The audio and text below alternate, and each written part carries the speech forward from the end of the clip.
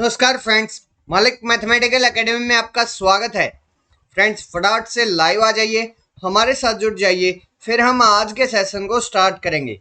Friends, live आने के बाद वीडियो को लाइक और शेयर कर देना भाई। लाइक करने से आपकी प्रेजेंस का पता लगेगा और शेयर करने से जो आपका फ्रेंड सर्कल है वो इस वीडियो का बेनिफिट उठा पाएगा। तो आ जाइए फ्रेंड्स, फटाफट से लाइव, फिर हम आज के सेशन को स्टार्ट करते हैं। आज मैं आपके लिए क्या लेकर आया हूँ उसके बारे में बात कर लेते हैं।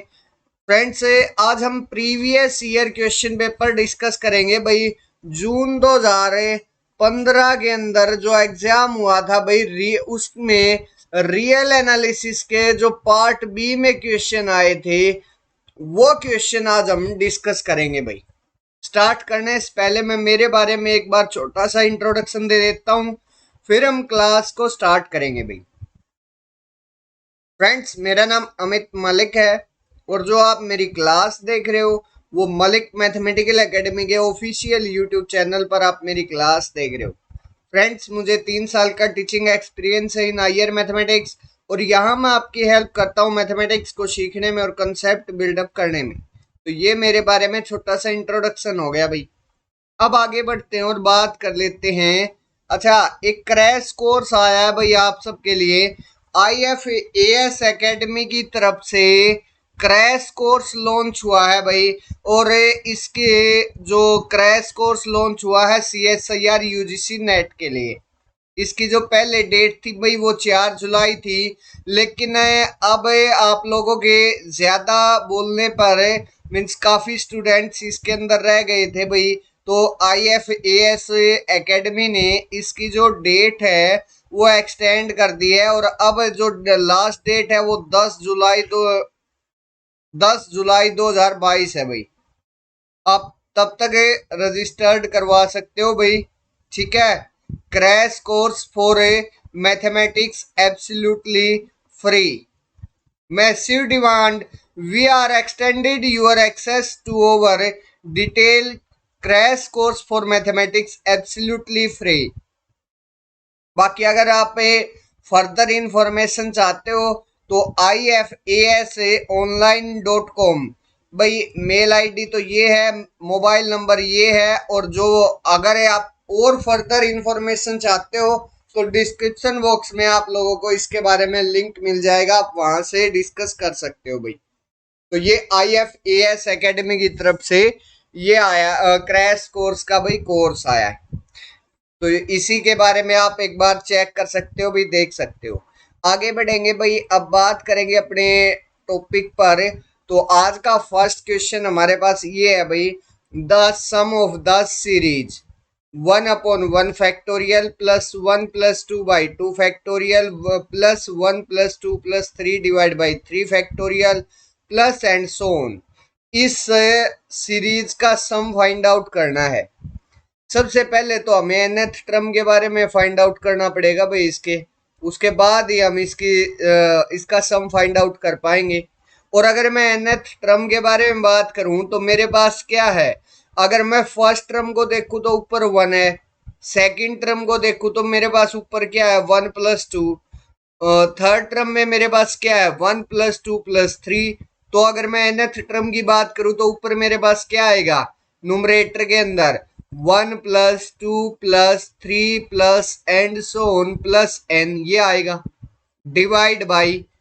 नीचे मेरे पास क्या चला है, फर्स्ट टर्म में 1 फैक्टोरियल है, सेकंड में 2 फैक्टोरियल, थर्ड में 3 फैक्टोरियल और फोर्थ में एंड सो ऑन इसी तरीके से चल रहा है। तो nth टर्म के अंदर क्या आ जाएगा n फैक्टोरियल। और समेशन अब कहाँ से अप्लाई होगा भाई, n equal to 1 to infinity, ये अप्लाई हो जाएगा भाई। ठीक है, क्लियर है सबको? कोई डाउट, कोई कंफ्यूजन किसी के अंदर? चलिए भाई, अब इसमें से ये nth टर्म हो गई, इसका सम फाइंड आउट करना है। an की वैल्यू मेरे पास क्या है भाई 1 plus 2 plus 3 plus n divide by n factorial. अब एक बात ध्यान से देखना भाई, मेरे पास ऊपर न्यूमरेटर के अंदर तो क्या है, पहली n नेचुरल नंबर्स का सम है और उसका तो हमारे पास एक फार्मूला होता है भाई। क्या फार्मूला होता है, उसको हम राइट कर सकते हैं n into n plus one divide by two, ये राइट कर सकता हूं भाई मैं। तो ये पुट कर दीजिए भाई। तो अब मेरे पास जो सीरीज बनेगी वो क्या बन जाएगी भाई, summation n equal to one to infinity n into n plus one divide by, यहां मेरे पास क्या आ गया भाई, टू इंटू एन फैक्टोरियल। अब वन बाई टू को हमारे पास कांस्टेंट है, एन पर डिपेंड नहीं कर रहा है, तो इसको हम बाहर निकाल सकते हैं भाई। तो वन बाई टू मेरे पास यहां आ जाएगा, इस समेशन से बाहर आ जाएगा। अब क्या करेंगे भाई, यहां इनको कोशिश करते हैं सोलह थोड़ा सा सोल आउट करने की। तो हमारे पास क्या होगा, n into n plus one है, और यहां मेरे पास डिवाइड बाई है एन फैक्टोरियल। ठीक है, यही है ना। तो थोड़ा सा चेंजिंग करते हैं भाई। क्या करूंगा मैं यहाँ, इसको अलग अलग ओपन करने की कोशिश करते हैं, एन को और एन प्लस वन को। तो देखिए भाई हमारे पास क्या है। अच्छा, एक बार तो एक काम नहीं कर लेते हैं भाई, यहाँ एन से एन को डिवाइड कर लेते हैं, तो n into n minus one factorial ये आ जाएगा भाई, अगर हम फैक्टोरियल को ओपन करेंगे। एन से फिर हमारे पास एन डिवाइड कैंसल आउट हो जाएगा।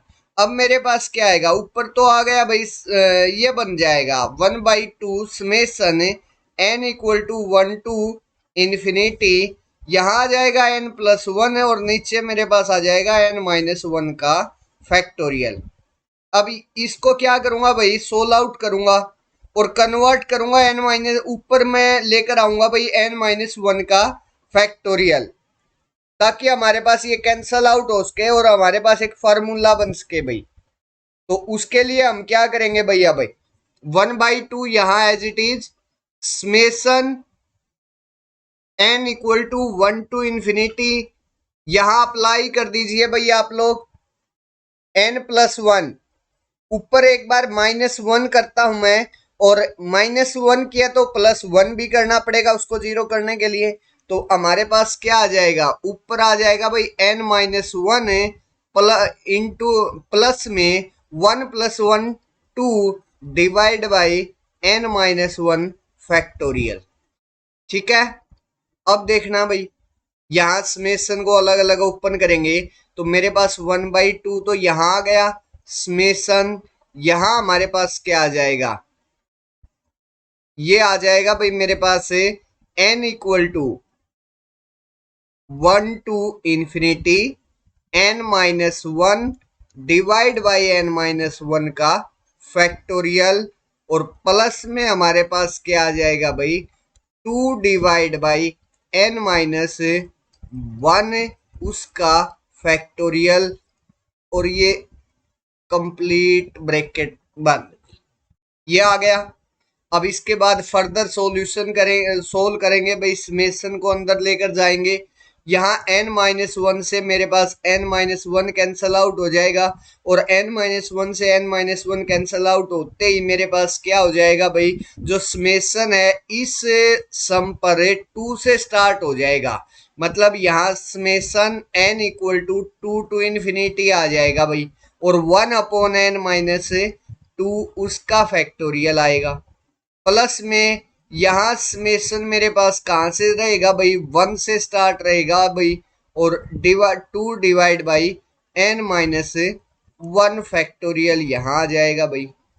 ठीक है, अब इसके बारे में तो अगर मैं इस समेशन को ओपन करूं तो हमारे पास क्या आएगा भाई, में हमारे पास आएगा one plus one by one factorial, आप लोग राइट करके देख सकते हो भाई, plus one divide by two factorial है, और plus one divide by three factorial है, plus one divide by four factorial plus and so on, ये आएगा भाई। ठीक है, इस समेशन को ओपन किया तो, और ये मेरे पास किसका फार्मूला होता है भाई, ई का फार्मूला होता है। ई की पावर एक्स हमारे पास क्या होता है, ई की पावर एक्स अगर मैं कैलकुलेट करूं तो वो मेरे पास होता है one plus X plus X square by two factorial plus X cube by three factorial plus and so on. यहाँ एक्स की जगह क्या रिप्लेस कर दिया भाई, 1 से रिप्लेस हुआ है। तो ये हमारे पास क्या आ गया, एक्सपोनेंशियल ई बन गया 1/2 इंटू, ये तो हो गया ई के बराबर भाई, ठीक है। और अच्छा ये 1/2 कंप्लीट के ब्रैकेट में था भाई, यहाँ फिर से 1/2 इंटू, और ये 2 बाहर आ जाएगा तो 1/2 से हमारे पास क्या हो जाएगा भाई, 2 कैंसल आउट हो जाएगा, मतलब 2 बाहर आ गया। बाकी जो वैल्यू बची वो मेरे पास क्या किसके बराबर आएगी, ई के बराबर आएगी। तो यहाँ 2 से 2 कैंसल आउट हो जाएगा, मेरे पास क्या आ जाएगा e/2 प्लस ई, और ये वैल्यू में हमारे पास अब क्या है 3e/2। मतलब इस सीरीज का जो सम आया वो हमारे पास क्या आ गया भाई 3e/2। मतलब जो हमारे पास थर्ड ऑप्शन है वो इसका करेक्ट होगा भाई, third option is the correct answer of A this question. अगर डाउट है कंफ्यूजन है तो आप लोग कमेंट सेक्शन में पूछ सकते हो भाई, अदरवाइज फिर हम आगे बढ़ेंगे और नेक्स्ट क्वेश्चन की तरफ मूव करेंगे भाई। चलें आगे, चलिए भाई third option is the correct answer. आगे बढ़ते हैं भाई, नेक्स्ट क्वेश्चन पर बात करेंगे भाई। ये लिमिट फाइंड आउट करनी है भाई हमें। The limit x tending to infinity 1/x integration x to 2x x से 2x e power of minus T square d T.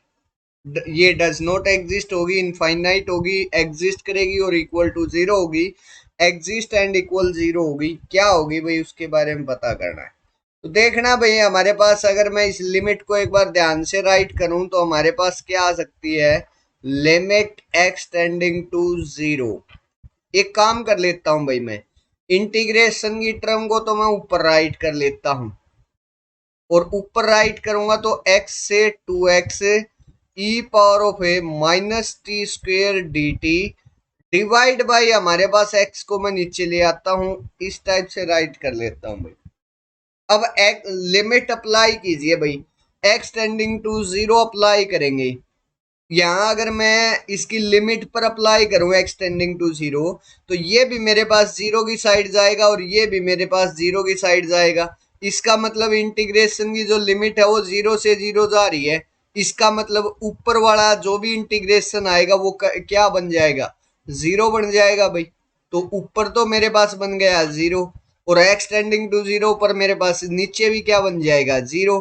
तो ये तो मेरे पास 0/0 फॉर्म आ गई, और इसका मतलब 0/0 फॉर्म आ गई। तो ये हम यहाँ क्या अप्लाई करेंगे भाई, एल हॉस्पिटल रूल अप्लाई करेंगे। अब एल हॉस्पिटल रूल अप्लाई करेंगे तो ऊपर वाले का तो भाई इंटीग्रेशन में है, तो लेबनीज रूल से उसका क्या होगा भाई, डिफ्रेंशिएशन होगा। और वो कैसे, limit x tending to zero as it is, वो होगा भाई ऐसे। सबसे पहले क्या करेंगे भाई, इंटीग्रेशन x से 2x as it is, partial derivative with respect to x, किसका, जो यहाँ फंक्शन है उसका, और वो है क्या e power of minus T square into में डी टी। उसके बाद आएगा प्लस करके, जो हमारे पास यहाँ है जो अपर लिमिट है वो इस फंक्शन के अंदर पुट करेंगे, और उसका partial derivative with respect to upper limit का partial derivative with respect to X. यहां लिमिट पुट करेंगे तो हमारे पास आ जाएगा e power of a minus 4x², ये आ जाएगा। पुट कर दिया भाई 2x e power of minus T square के अंदर। अब जो मेरे पास अपर लिमिट है उसका partial derivative with respect to x, वो मेरे पास 2 के बराबर आ जाएगा। यहाँ क्या आ जाएगा 2, माइनस करके हमारे पास क्या आएगा भाई, इसके अंदर e power of minus T square है, इसके अंदर एक्स पुट करेंगे, तो यहां से एक्स पुट होगा तो मेरे पास क्या आ जाएगा, e power of a minus X square into में partial derivative with respect to lower limit, तो वो मेरे पास क्या आ जाएगा 1। ठीक है, ये तो आ गया भाई लेबनीज रूल से इस ऊपर वाले का डेरिवेटिव, नीचे वाले का डेरिवेटिव हमारे पास 1 हो जाएगा। तो यहां से अब मेरे पास लिमिट किसकी आएगी, अच्छा partial derivative E power of minus T square का विद रिस्पेक्ट टू एक्स मेरे पास क्या आएगा, जीरो बन जाएगा। तो ये वाली जो इंटीग्रेशन वाली टर्म है जीरो हो गई। तो limit x tending to zero, ये तो मेरे पास जीरो होली भाई फर्स्ट टर्म। तो सेकंड पर अगर हम अब किस किस पर अप्लाई होगा भाई, e power of minus four X square into two और माइनस में e power of minus X square into one. अब जब एक्स टेंडिंग टू जीरो जाएगा तो e की power minus four X square और e की पावर माइनस एक्स स्क्वेयर है हमारे पास वन की साइड चला जाएगा भाई। तो वो तो ये भी वन की साइड चला गया, ये भी वन की साइड चला गया। तो यहां से अब लिमिट हमारे पास क्या आ गई, टू इंटू वन टू आ गया, यहाँ फर्स्ट टर्म से टू आया है, यहां से मेरे पास वन आ गया। तो टू माइनस वन हमारे पास क्या आ गया, वन के बराबर आ गया। तो ये वाली जो लिमिट है वो हमारे पास क्या निकल कर आई है भाई, two minus one equal to one. मतलब इस इंटीग्रेशन मीन्स ये वाला जो भी टर्म थी उसकी जो लिमिट है वो एग्जिस्ट करेगी और इक्वल टू वन होगी। मतलब थर्ड ऑप्शन इसका भी करेक्ट होगा भाई। ठीक है, बाकी सारे ऑप्शन इसके इनकरेक्ट हो जाएंगे। Third option is the correct answer of A this question. आगे बढ़ेंगे भाई और नेक्स्ट क्वेश्चन पर बात करेंगे भाई। हमारे पास नेक्स्ट क्वेश्चन क्या है, वी कोई भी space of twice differentiable functions है ऑन आर। वी हमारे पास कोई भी ट्वाइस डिफरेंशिएबल फंक्शन है आर पर, ठीक है, जो कि सेटिस्फाई कर रहा है भाई किस चीज को, f double dash minus two f dash plus f equal to zero. मतलब इस डिफरेंशियल इक्वेशन को वो सेटिस्फाइड कर रहा है भाई। उसके बाद टी हमारे पास क्या आ गया भाई, वी से आर स्क्वेयर पर कोई भी ट्रांसफॉर्मेशन है और उसका जो डिफाइनिंग फार्मूला है इस टाइप से है। अब टी के बारे में हमें बताना है वो क्या होगा, वन वन होगा, ऑन टू होगा, one one but not onto but not one one, neither one one nor onto. इसके बारे में हमें बताना भाई, ठीक है। अच्छा, सबसे पहले हमारे पास एफ क्या है भाई, सॉरी वी क्या है भाई, ट्वाइस डिफरेंशिएबल फंक्शन है ऑन आर। आर पर twice differentiable, two times derivative उसका एग्जिस्ट कर रहा है भाई, ठीक है। और इस टर्म को वो मींस इस इक्वेशन को वो सेटिस्फाइड करता है, इस ऑर्डिनरी डिफरेंशियल इक्वेशन को। इसका मतलब है अगर हम यहां से इसका सॉल्यूशन स्पेस निकालें, क्या निकालें भाई, सॉल्यूशन स्पेस निकाल लेते हैं, कैसे बनेगा। और उसका मीन्स सॉल्यूशन स्पेस निकलने के बाद हमारे पास वो निकल आएगा भाई, ट्वाइस सारी की सारी कोलेक्शन आ जाएगी भाई वो ट्वाइस डिफरेंशिएबल फंक्शंस की।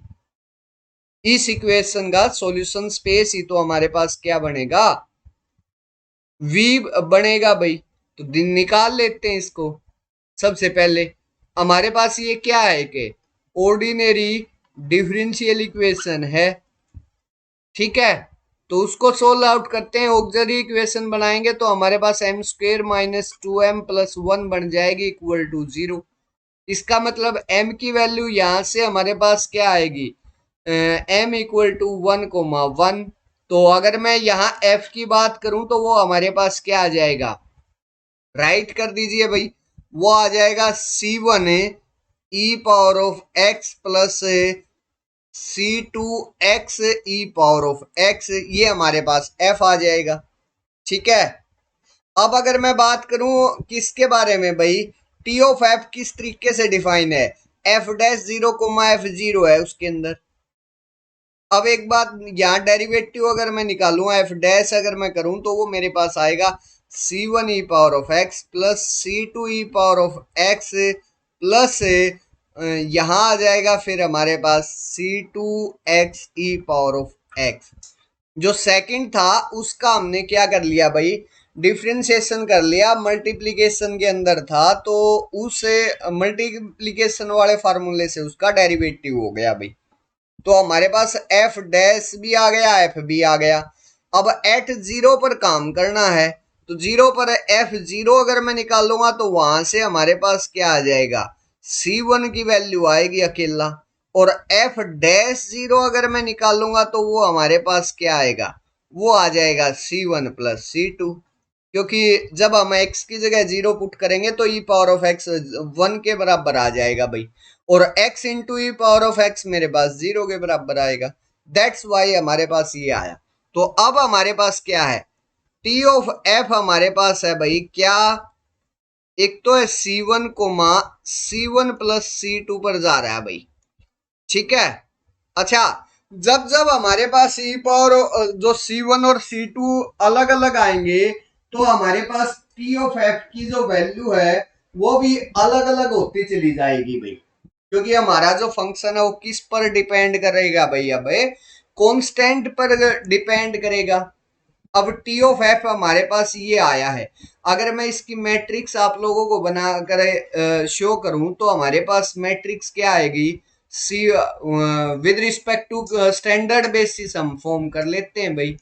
तो यहाँ से C1 का कोफिशिएंट हमारे पास क्या है 1, और C2 का फर्स्ट कोऑर्डिनेट में क्या है 0, तो 1,0 तो ये आ जाएगा। सेकंड रो में हमारे पास स्टैंडर्ड बेसिस के विद रिस्पेक्ट अगर मैट्रिक्स बनानी है तो हमारे पास जो सेकंड कोऑर्डिनेट है उसमें जो C1 और C2 के कोफिशिएंट है वो सेकंड रो के एलिमेंट्स बनेंगे भाई। तो C1 का कोफिशिएंट है 1 और C2 का कोफिशिएंट है 1, तो यहां से ये इसकी मैट्रिक्स बनेगी लीनियर ट्रांसफॉर्मेशन की, और इस मैट्रिक्स को हम इजीली बता सकते हैं भाई क्या है, या अगर आप चाहो तो दूसरे वे से भी कर सकते हो भाई, वहां से इसकी इमेज फाइंड आउट करके वहां से आप लोग जा सकते हो भाई,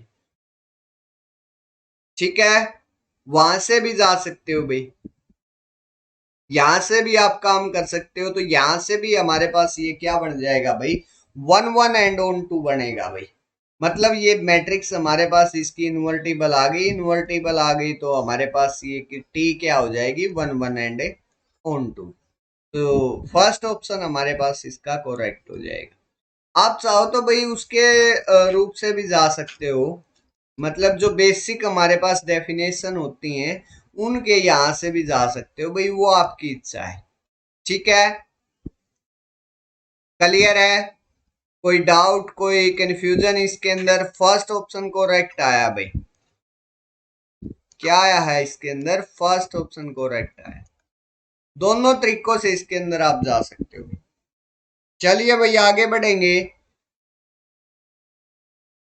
नेक्स्ट क्वेश्चन पर बात करेंगे भाई। नेक्स्ट क्वेश्चन हमारे पास क्या है, which of the following subsets of R n is compact, ये चार सबसेट दिए गए हैं भाई, इनमें से ये मेरे को with respect to usual topology of R n, ये चार सबसेट दिए गए हैं भाई, इसके बारे में कॉम्पैक्टनेस मेरे को फाइंड आउट करनी है।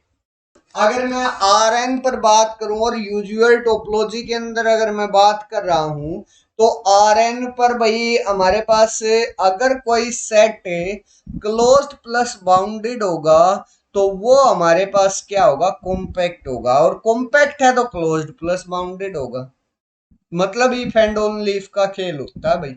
आर एन के अंदर यूजुअल टोपोलॉजी में भाई, इस बात का ध्यान रख लेना भाई, आर एन के अंदर यूजुअल टोपोलॉजी यहां दी गई है, अगर हमारे पास कोई डिफरेंट टोपोलॉजी दी गई होती और आर एन पर काम ना करके कोई और काम किसी क्यू एन पर या फिर आर के किसी सबसेट पर अगर काम किया होता फिर हम ऐसा नहीं बोल सकते थे, लेकिन अब अगर उसने आर एन पर काम किया है, देखिए भाई अगर वैसे तो जर्नली अगर टोपोलॉजी पर मैं बात करूं तो भाई जर्नली हमारे पास अगर कोई सेट कोई भी सबसेट है, ठीक है, या कोई भी सेट है वो भाई कॉम्पैक्ट है तो जरूरी नहीं कि वो भाई क्लोज्ड प्लस बाउंडेड हो, और अगर कोई सेट क्लोज्ड प्लस बाउंडेड है तो वो जरूरी नहीं कॉम्पैक्ट हो, भाई टोपोलॉजी के अंदर मैं बात कर रहा हूं। लेकिन अगर वही चीज हमें आर एन में यूजुअल टोपोलॉजी पर अगर हम लेकर आ जाए ना फिर हमारे पास क्या होता है कि अगर कोई सबसेट है आर एन का या कोई सेट है और वो यूजुअल टोपोलॉजी पर काम कर रहा है, तो अगर वो कॉम्पैक्ट होगा इफ एंड ओनली इफ वो क्लोज्ड प्लस बाउंडेड होना चाहिए। ठीक है भाई, क्लियर है। अब एक बात ध्यान से देखना भाई, यहाँ इतना क्लो मेरे को अब इतना ही चेक करना है, इनमें से कौन सी ऐसा कौन सा सेट है जो क्लोज्ड प्लस बाउंडेड है। अगर मैं फर्स्ट के बारे में बात करूं तो वो मेरे पास क्या नहीं है, क्लोज्ड नहीं है भाई, क्योंकि यहाँ mod of x i strictly less than one है। अगर less than equal to one होता तो हमारे पास ये क्लोज्ड हो जाता। अब ये क्लोज नहीं है तो मेरे पास ये कॉम्पैक्ट नहीं बन सकता, पहला ऑप्शन गया भाई। दूसरे ऑप्शन में हमारे पास क्या है, ये क्लोज तो है, मेरे पास वो इसके अंदर है वो कलेक्शंस हैं जिसमें x1 plus x two plus x n means वो एन ऑर्डर्ड पेयर्स हैं। कहने का मतलब ये है एन कोऑर्डिनेट्स हैं जिसमें मेरे पास सभी का जो सम है वो जीरो के इक्वल बन रहा है। इसका मतलब अगर मैं इसको कंपेयर करूं तो मैं अगर यहाँ n की जगह वन लूं तो हमारे पास ये क्या है x इक्वल टू जीरो, और जो x इक्वल टू जीरो है वो तो हमारे पास एक लाइन बनती है। मतलब अगर आर एन में चले गए तो ये भी हमारे पास एक क्या बनेगी भाई, एक लाइन की शेप ही बनेगी। मतलब ये जो जो भी टर्मिनोलॉजी हमारे पास बनेगी, जो भी इसका ग्राफ होगा वो किस टाइप से होगा भाई, अनबाउंडेड होगा। लेकिन हमारे पास ये जो सबसेट है वो क्लोज्ड होगा बट अनबाउंडेड होगा। अनबाउंडेड की वजह से ये हमारे पास क्या नहीं हो पाएगा, कॉम्पैक्ट नहीं हो पाएगा। तो सेकंड ऑप्शन हमारे पास क्या हो गया, रॉन्ग हो गया, अनबाउंडेड की वजह से। थर्ड भी हमारे पास क्या है, अनबाउंडेड है, क्योंकि इसमें सारे के सारे जो एक्स आई है वो greater than equal to zero है। ठीक है, तो एक्स आई हमारे पास आर एन आर का greater than equal to zero होने का मतलब ये यही हो गया भाई कि आर जो एक्स आई है वो अप टू क्या है, इंफिनिटी है। तो मेरे पास ये जो कलेक्शन है थर्ड ऑप्शन के अंदर वो भी कैसी होगी भाई, अनबाउंडेड होगी।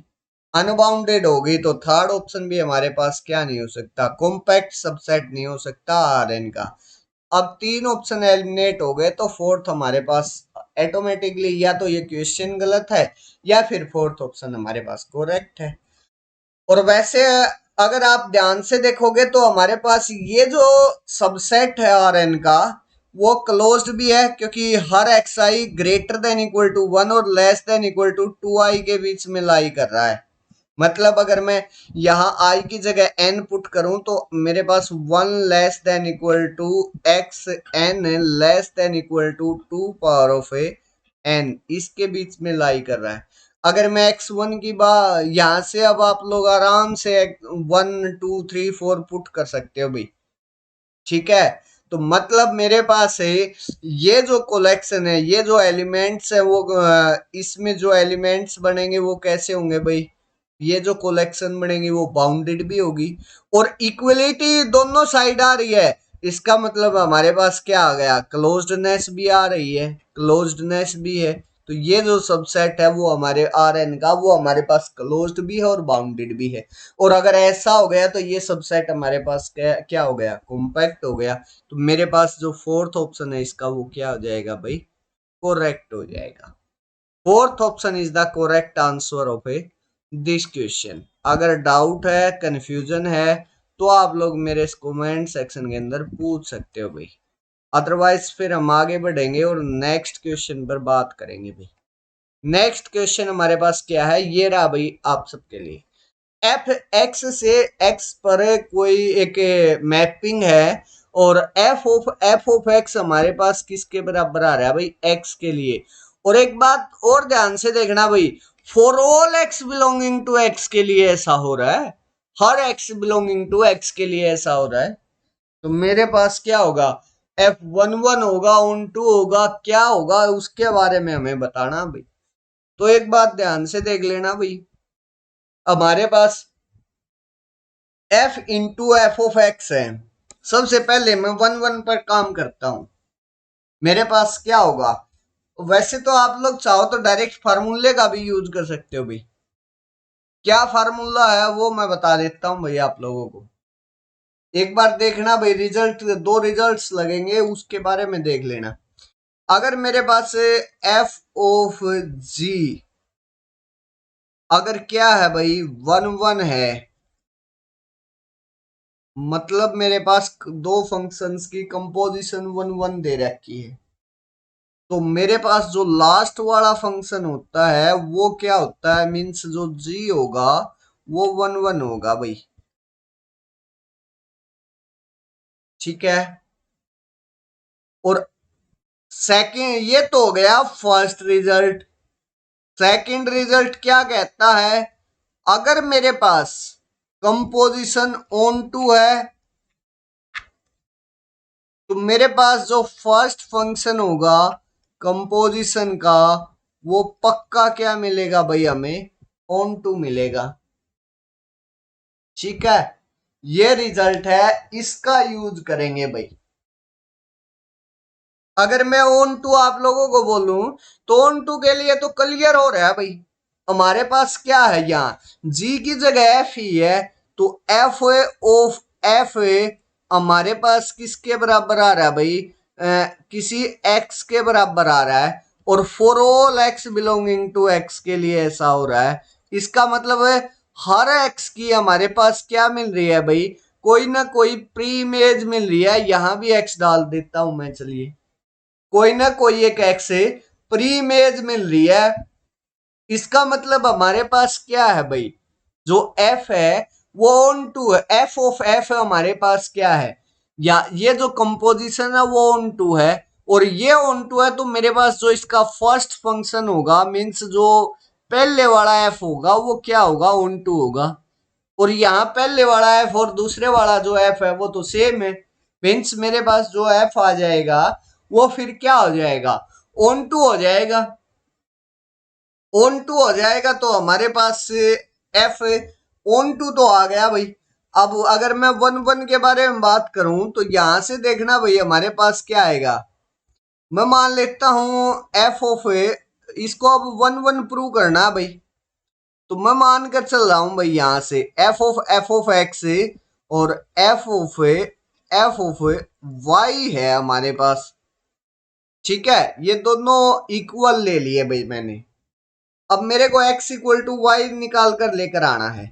अब एक बात ध्यान से देखना भाई, इसकी जो इमेज आएगी वो मेरे पास क्या आएगी, x, और इसकी जो इमेज आएगी वो मेरे पास क्या आएगी, y। ठीक है ना। अच्छा एक सेकंड भाई, हम यहां से एक बार रुकिए भाई, हम पहले ये लेकर चलेंगे भाई, f of x equal to f of y लेकर चलेंगे। अच्छा, आप चाहो तो भाई एफ ऑफ एफ को भी अगर 1 1 प्रूव कर देंगे तब भी एफ मेरे पास क्या हो जाएगा, 1 1 हो जाएगा, क्योंकि कंपोजिशन फॉर्म रिजल्ट का यूज कर लेंगे। आप वहां से जाना चाहो तो वहां से भी जा सकते हो, और यहां से अगर आप निकालना चाहो तो यहां से भी, जैसे f of x equal to f of y में लेकर चला, दोनों साइड मैंने क्या कर दिया भाई, एफ को ऑपरेट कर दिया, f of x as it is, इधर भी एफ ऑफ वाई कंपोजिशन कर दी भाई, कोई फर्क नहीं पड़ा। अब मेरे पास क्या है, एफ ऑफ एक्स, इसकी जो वैल्यू है, इसकी जो इमेज है वो हमारे पास एक्स है, ये दे रखी भाई। और इसकी जो इमेज है वो हमारे पास क्या है, वाई है, तो यहां से एक्स इक्वल टू वाई आ गया। मतलब एफ हमारे पास क्या हो गया, 1 1, क्योंकि हमारे पास अगर इमेज सेट कोई दो पॉइंट मीन से कोई दो पॉइंट पर फंक्शन की जो इमेज है वो हमारे पास क्या थी, इक्वल थी।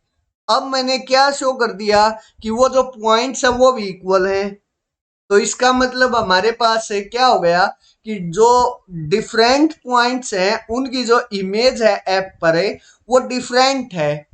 और अगर ऐसा हो गया तो हमारे पास क्या हो गया, F1 1 हो गया, तो इसका मतलब 1 1 भी हो गया और ऑन टू भी हो गया। तो फर्स्ट जो ऑप्शन है इसका वो करेक्ट हो गया भाई। यहाँ जो एफ आएगा वो 1 1 भी होगा और ऑन टू भी होगा भाई। अगर डाउट है, कंफ्यूजन है, तो आप लोग कमेंट सेक्शन में पूछ सकते हो भाई। फर्स्ट ऑप्शन इसका करेक्ट आएगा भाई। वीडियो को लाइक और शेयर करते रहिए भाई। लाइक करने से आपकी प्रेजेंस का पता लगेगा और शेयर करने से जो आपका फ्रेंड सर्कल है वो इस वीडियो का बेनिफिट उठा पाएगा। आगे बढ़ेंगे और नेक्स्ट क्वेश्चन पर डिस्कस करेंगे भाई। नेक्स्ट क्वेश्चन ये रहा भाई आप सबके लिए। A polynomial of odd degree with real coefficient must have at least one real root, no real root, only real root, at least one root which is not real। भाई हमारे पास क्या दी गई है? ओड डिग्री की real coefficients की polynomial दी गई है। ओड डिग्री की रियल कोफिशिएंट्स की पोलिनोमियल दी गई है भाई। इसका मतलब हमारे पास क्या है भाई? इसका मतलब तो हमारे पास ये हो गया। अच्छा, कोई भी हमारे पास रियल कोफिशिएंट्स की पोलिनोमियल है और अगर उसके कॉम्प्लेक्स रूट्स हैं तो वो हमारे पास किस में होते हैं भाई? कॉन्जुगेट पेयर में होते हैं। किसके अंदर होते हैं भाई? कॉन्जुगेट पेयर्स के अंदर हमारे पास वो होते हैं। ठीक है, अब एक बात ध्यान से सुनना भाई। मेरे पास ओड डिग्री की पोलिनोमियल है। अब पेयर तो किसका बन सकता है भाई? दो, कम से कम सॉरी, अगर हमारे पास से दो कॉम्प्लेक्स वैल्यूज होंगी उन्हीं का पेयर्स बन सकता है भाई। मीन्स उन्हीं का कॉन्जुगेट पेयर्स बन सकता है। अगर नॉन रियल रूट आई तो मेरे पास कम से कम दो, अगर एक नॉन रियल हुई तो दूसरी पक्का मिलेगी भाई। क्यों? क्योंकि वो कॉन्जुगेट पेयर के अंदर होती हैं भाई। तो इसका मतलब है ओड डिग्री की पोलिनोमियल है। मान लिया भाई मेरे पास क्या है? एन डिग्री की पोलिनोमियल है और एन मेरे पास क्या है? एक ओड नंबर है। और अगर मेरे पास नॉन रियल रूट हुए तो वो क्या होंगे भाई? कॉन्जुगेट पेयर्स के अंदर होंगे। यहां से मेरे पास से जो नॉन रियल रूट आ रहे हैं वो कितने आ रहे हैं? इवन आ रहे हैं। और डिग्री कितनी है? ओड है। तो इसका मतलब मेरे पास कम से कम एक रियल रूट है पक्का मिलेगा भाई, बिना कॉन्जुगेट पेयर के। ठीक है, तो यहां से फिर से मेरे पास क्या हो जाएगा भाई? फर्स्ट ऑप्शन करेक्ट हो जाएगा क्योंकि उसी के अंदर कह रहा है at least one real root. Yes, अगर मेरे पास कोई भी ओड पोलिनोमियल है रियल कोफिशिएंट्स के साथ है तो उसके पास कम से कम है एक क्या होता है भाई? रियल रूट जरूर होता है भाई। तो इसका भी मेरे हमारे पास क्या आ गया भाई? फर्स्ट ऑप्शन करेक्ट आया। डाउट लगे तो आप लोग कमेंट सेक्शन के अंदर पूछ सकते हो भाई, किसी भी प्रकार का कोई भी डाउट इसके अंदर। और वीडियो को लाइक और शेयर करते रहिए भाई।